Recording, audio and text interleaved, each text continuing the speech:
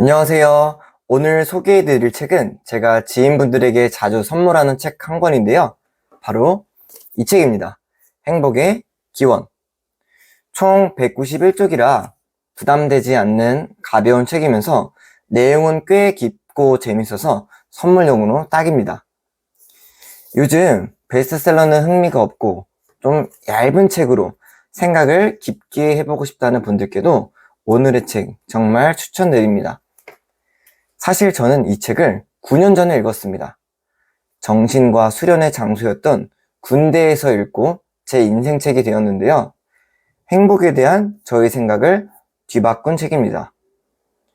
서점에는 행복에 대한 에세이나 자기계발 서적들이 여러 권 있습니다. 거기서는 이렇게 얘기합니다. 생각을 바꾸면 행복해집니다. 다 마음먹기에 달려 있습니다. 모두 행복을 생각으로 바라보는 책이 거의 대부분입니다. 하지만 여기서는 생물학 관점에서 이야기를 풀어갑니다. 단순히 행복해져라는 내용이 담긴 에세이가 아닌 심리학 책입니다. 그리고 저는 생각했습니다. 행복해지는 것도 나름 전략이 있겠구나. 그래서 오늘은 행복의 기원에 나오는 핵심 내용 2가지와 함께 이 책을 읽고 바뀐 행복에 대한 저만의 관점을 소개해 드리려고 합니다. 가벼운 마음으로 들어주세요. 네, 제가 정리한 책의 핵심 2가지입니다. 첫 번째, 우리는 행복을 왜 느끼는가? 두 번째, 우리는 행복을 언제 느끼는가? 먼저 첫 번째입니다. 우리는 행복을 왜 느끼는가? 질문이 좀 이상하지 않나요? 보통 다른 책들은 어떻게 하면 행복해지는가를 물어봅니다. 그리고 방법들을 제시해주죠. 이 책은 왜를 먼저 물어봅니다. 우리는 행복을 왜 느끼고 살아갈까요? 먼저 이 질문을 드리고 싶습니다. 여러분은 무엇을 위해 살고 있나요? 저도 그랬듯이 아마 행복해지기 위해 살아요 라고 많은 분들이 속으로 대답하실 겁니다. 책에서는 이를 아리스토텔레스의 목적론이라고 합니다. 인생의 목적은 행복에 있다고 하는 거죠. 근데 이것을 책에서는 이렇게 반박합니다. 꿀벌은 꿀을 모으기 위해 존재하는 것이 아니고 인간도 행복하기 위해 사는 것이 아니다. 벌도 인간도 자연의 일부이며 자연 법칙의 유일한 주제는 생존이다. 꿀과 행복 그 자체가 존재의 목적이 아니라 둘 다 생존을 위한 수단일 뿐이다. 간단히 말해 행복하기 위해 사는 것이 아니라 살기 위해 행복감을 느끼도록 설계된 것이 인간이다. 우리는 행복해지려고 살아간다가 아니라 우리는 살아가려고 행복을 느낀다는 겁니다. 행복을 고귀한 존재, 최고의 가치인 것 마냥 우리 삶의 최종 목적이라고 생각하기 쉽습니다. 하지만 책에서는 생물학 관점으로 틀어서 얘기합니다. 행복은 그저 인간을 살아가게 해주는 도구일 뿐이다. 즉, 인생의 목적이 아니라 인생의 생존 수단일 뿐이다. 인간은 생존 확률을 최대화하도록 설계된 생물학적 기계이고 행복은 이 청사진 안에서 아주 중요한 역할을 한다. 작가도 고백했듯이 정말 차가운 책이긴 합니다. 감정 싹 빼고 생물학, 심리학적으로 접근하다 보니 이렇게 냉철해 보입니다. 하지만 전 이런 책도 좋습니다. 제 사심을 빼고 읽으면서 저를 비울 수 있는 책처럼 느껴지기 때문이죠. 그러면 처음에 던졌던 질문, 우리는 행복을 왜 느끼는가에 대한 답을 더 구체적으로 소개해 드리겠습니다. 책에서는 이해하기 쉽게 이렇게 비유합니다. 먼 옛날 어떤 남자가 고기나 여자에는 전혀 관심이 없고 오직 나무에 나이테를 셀 때만 묘한 즐거움을 느꼈다고 치자. 눈만 뜨면 밥도 안 먹고 나가서 나무를 자른다. 그는 성인기까지 살아남을 가능성이 희박하다. 우리는 삼겹살을 굽고 거기다가 김치볶음밥까지 먹을 생각을 하면 행복이 그냥 솟아오릅니다. 그리고 그 음식을 먹을 때 행복을 최고로 느끼죠.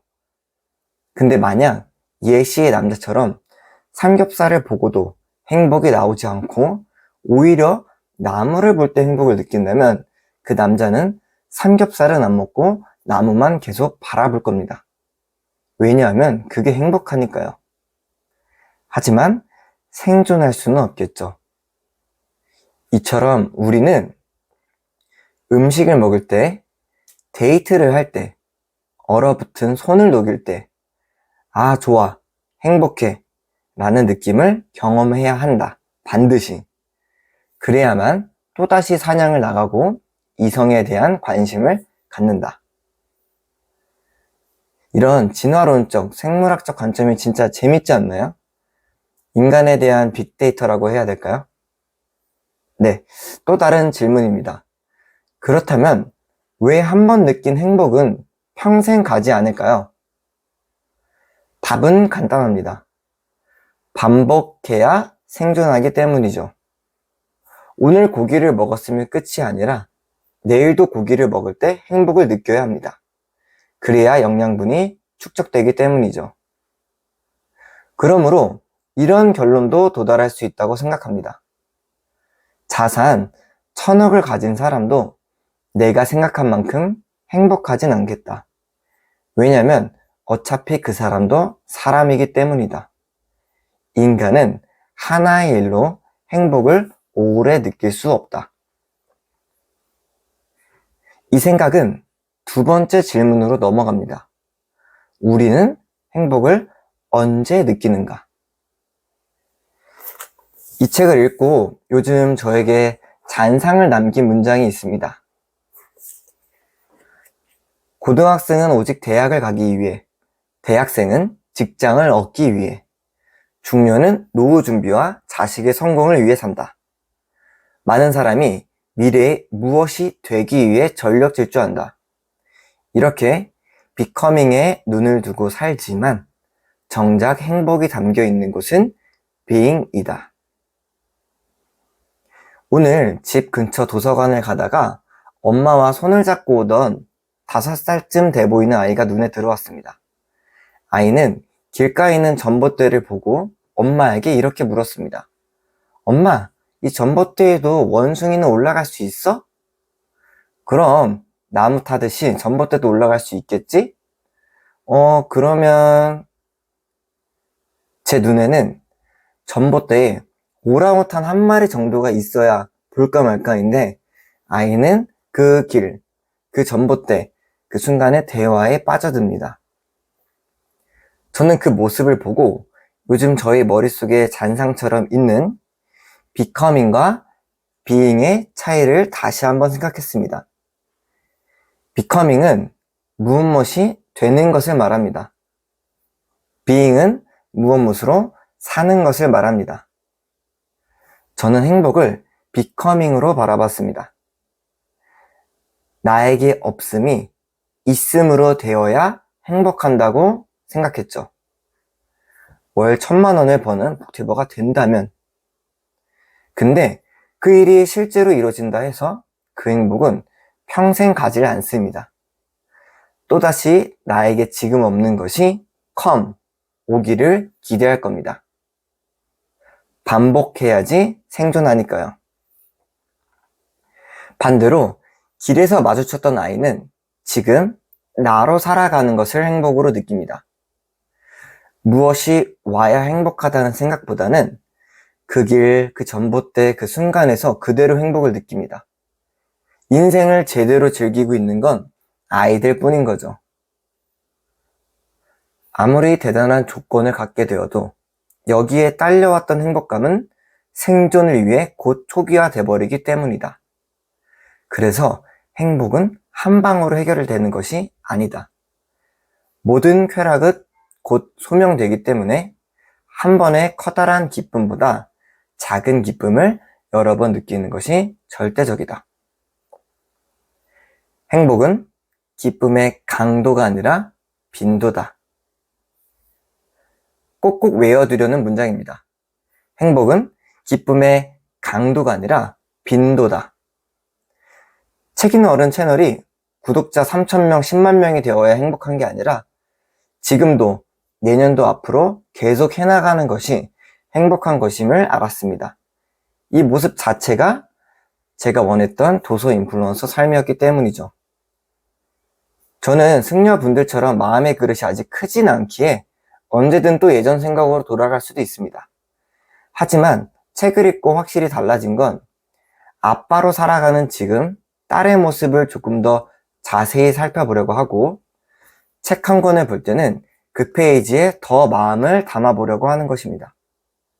특히 조회수가 안 나온다고 실망하지 않으려 노력하고 있습니다. 어쨌든 책 읽는 어른인 나는 달라지는 게 없기 때문이죠. 네, 여러분 오늘 영상 어떠셨나요? 여기까지 영상을 보셨다면 진짜 꼭 한번 정독하시길 권합니다. 나름 책의 핵심을 뽑았다고 했지만 책이 정확히 200배는 좋습니다. 필사한 부분이 많은데 미처 다 담지 못했어요. 궁금하신 분들은 아래 댓글 링크에 블로그에 가셔서 필사 부분을 참고해주세요. 마지막으로 책의 맨 마지막에 쓴 저자의 결론을 소개합니다. 행복의 핵심을 한 장의 사진에 담는다면 어떤 모습일까? 이 책의 내용과 지금까지의 다양한 연구 결과들을 총체적으로 생각했을 때 그것은 좋아하는 사람과 함께 음식을 먹는 장면이다. 문명에 묻혀 살지만 우리의 원시적인 뇌가 여전히 가장 흥분하며 즐거워하는 것은 바로 이 두 가지다. 음식 그리고 사람. 네, 오늘도 함께 해주셔서 정말 감사합니다. 구독, 좋아요로 저와 함께 책 읽는 어른이 되어주세요.